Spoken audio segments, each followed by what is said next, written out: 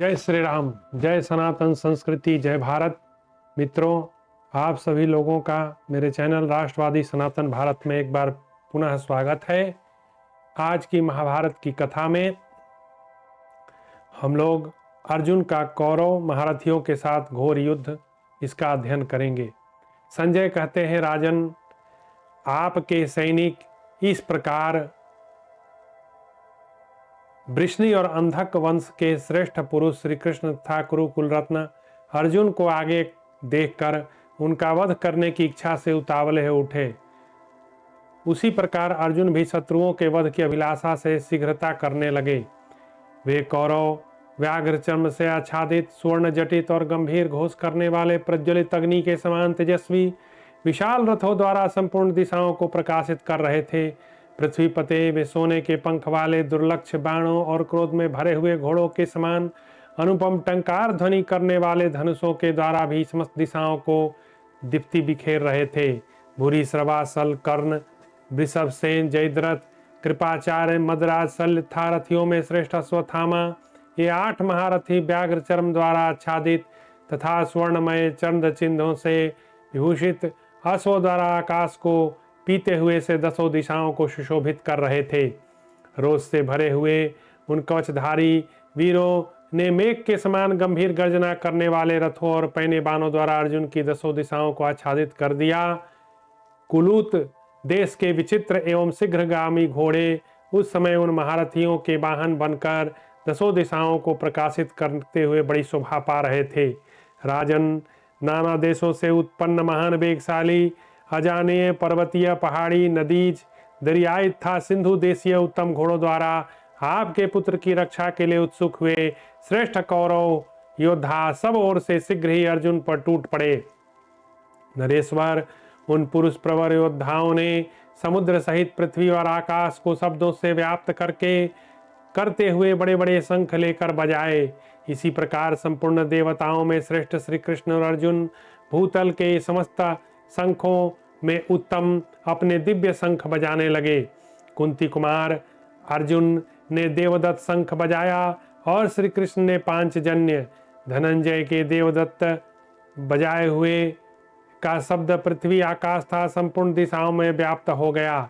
इसी प्रकार भगवान श्री कृष्ण के बजाए हुए पांचजन्य भी संपूर्ण शब्दों को दबाकर अपनी ध्वनि से पृथ्वी और आकाश को भर दिया।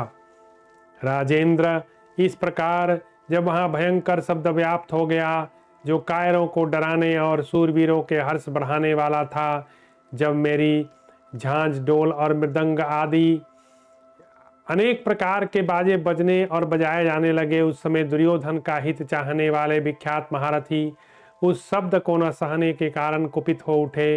वे नाना देशों में उत्पन्न वीर महारथी, महाधनुर्धर, महीपाल जो अपनी सेना का संरक्षण कर रहे थे, अमरस में भरकर खड़े खड़े शंख बजाने लगे। वे श्री कृष्ण और अर्जुन के प्रत्येक कार्य का बदला चुकाने को उद्यत थे।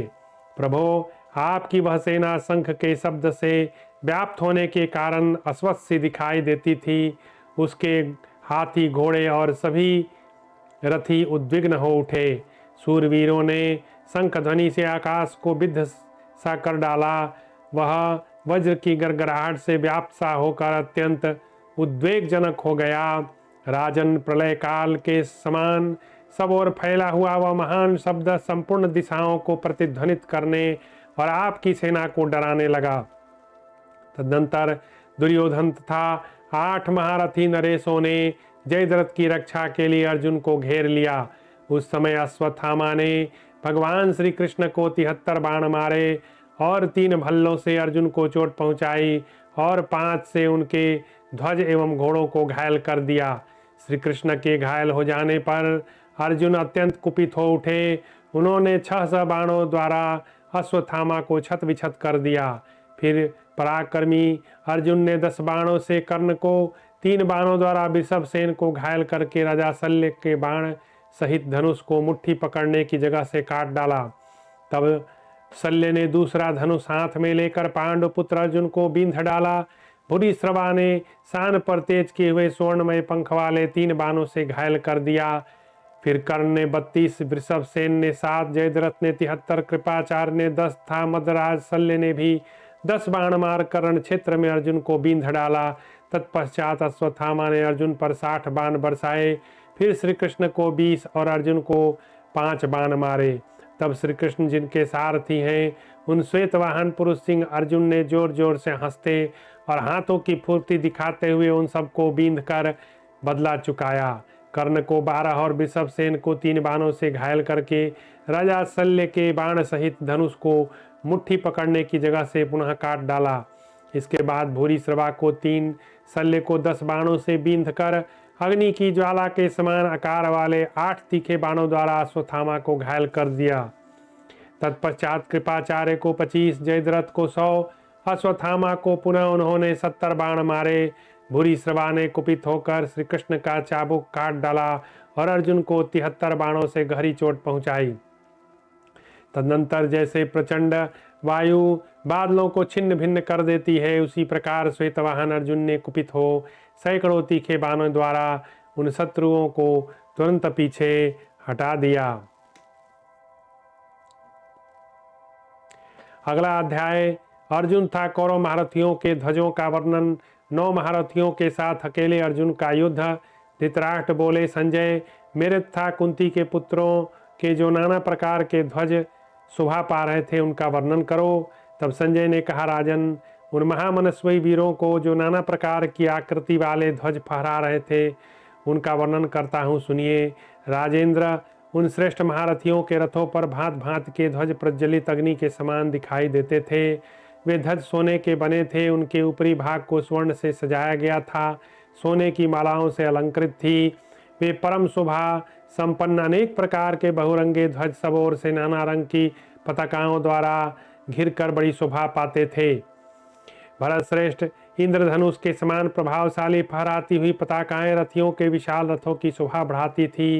राजन श्रेष्ठ, वानर से शोभित तथा पताकाओं से अलंकृत गांडीवधारी अर्जुन का वह ध्वज आपकी उस सेना को भयभीत किए देता था।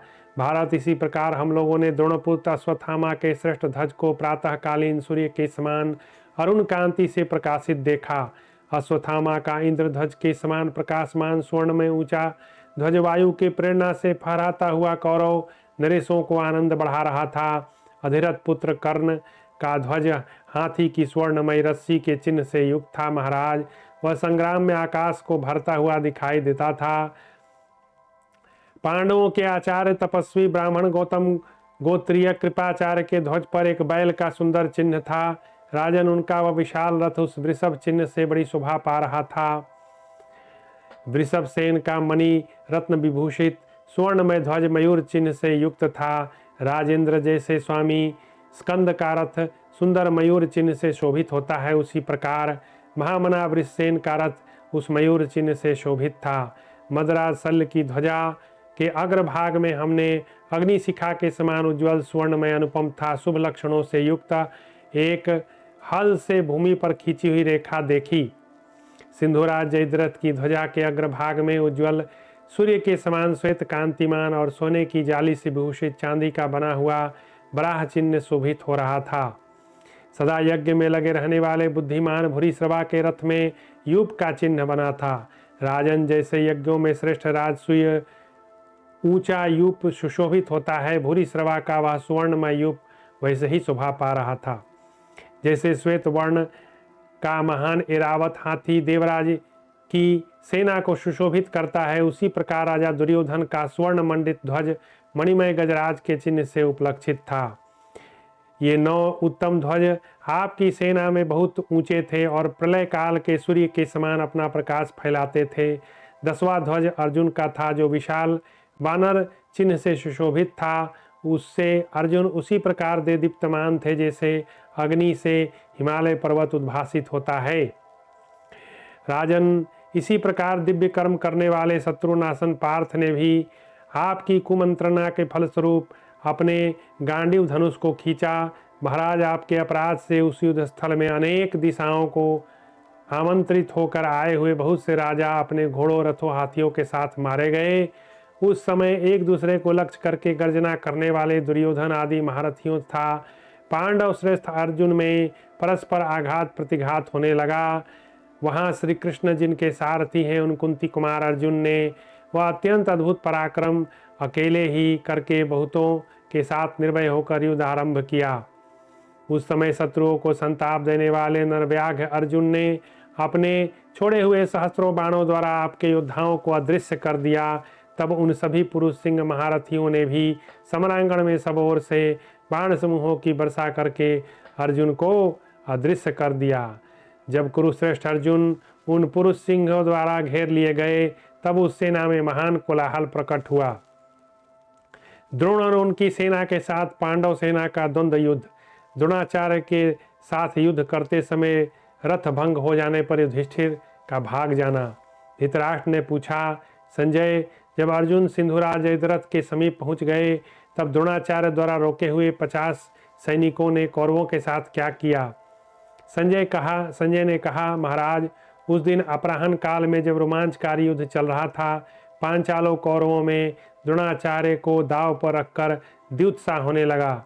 माननीय नरेश, पांचाल सैनिक द्रोण को मार डालने की इच्छा से प्रसन्नचित होकर गर्जना करते हुए बाणों की वर्षा करने लगे। समस्त पांचाल पांडवों के साथ द्रोणाचार्य के रथ के समीप जाकर उनकी सेना के व्यूह का भेदन करने की इच्छा से बड़े बड़े अस्त्रों का प्रदर्शन करने लगे। कई देश के महारथी वीर बृहत्सेन ने महेंद्र के वज्र के समान तीखे बाणों का वर्षा करते हुए द्रोणाचार्य पर धावा किया।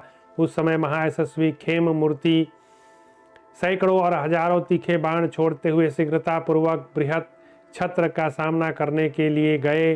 अत्यंत बल से विख्यात चेदीराज धृष्टकेतु ने बहुत बड़ी उतावली के साथ द्रोणाचार्य पर धावा किया।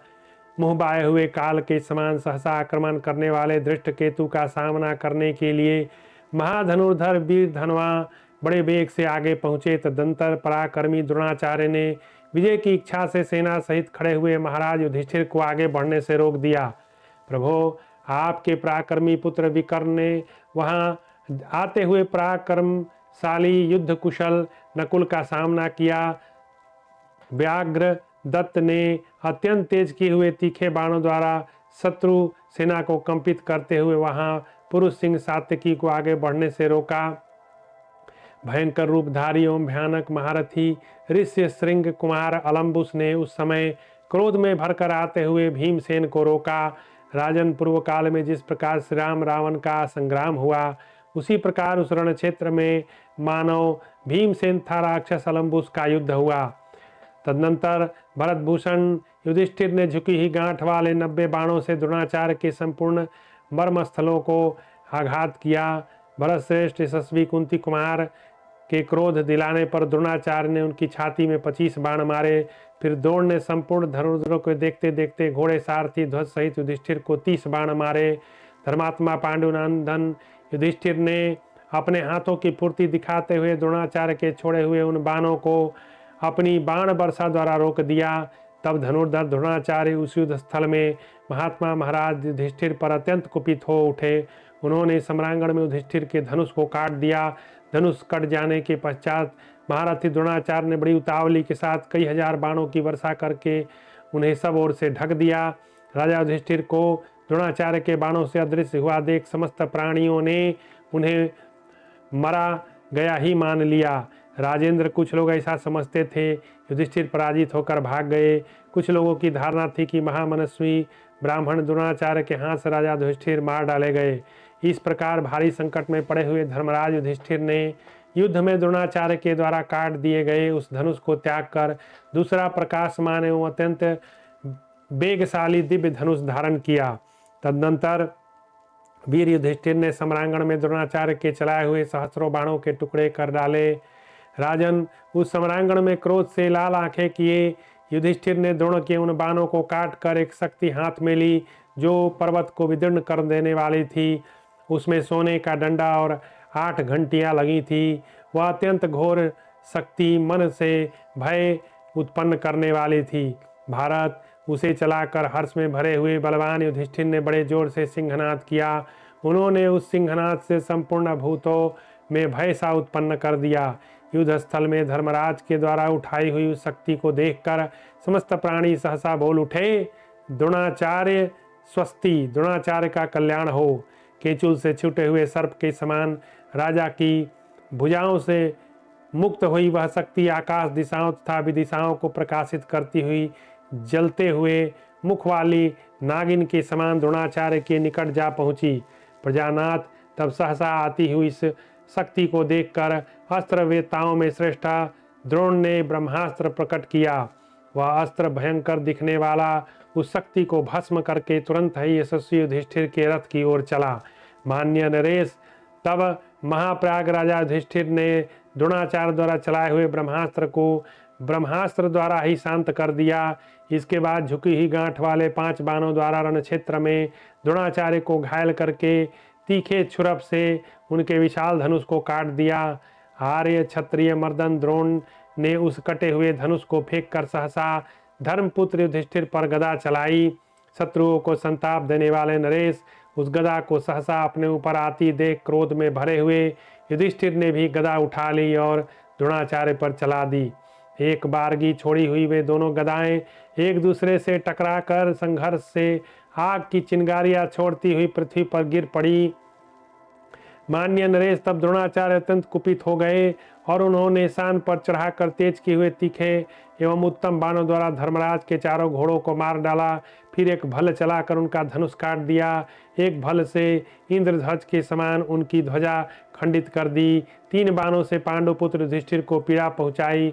भरत श्रेष्ठ जिसके घोड़े मारे गए थे उस रथ से तुरंत ही कूदकर राजा युधिष्ठिर बिना आयुध के हाथ ऊपर उठाए धरती पर खड़े हो गए। प्रभो, उन्हें रथ और विशेषतः आयुध से रहित देख द्रोणाचार्य ने शत्रुओं तथा उनकी संपूर्ण सेनाओं को मोहित कर दिया। दृढ़तापूर्वक व्रत का पालन करने वाले द्रोण के हाथ बड़ी फुर्ती से चलते थे, जैसे प्रचंड सिंह किसी मृग का पीछा करता हो। उसी प्रकार वे तीखे बाण समूहों की वर्षा करते हुए राजा युधिष्ठिर की ओर दौड़े। शत्रुनाशक द्रोणाचार्य के द्वारा युधिष्ठिर का पीछा होता देख पांडव दल में सहसा हाहाकार मच गया।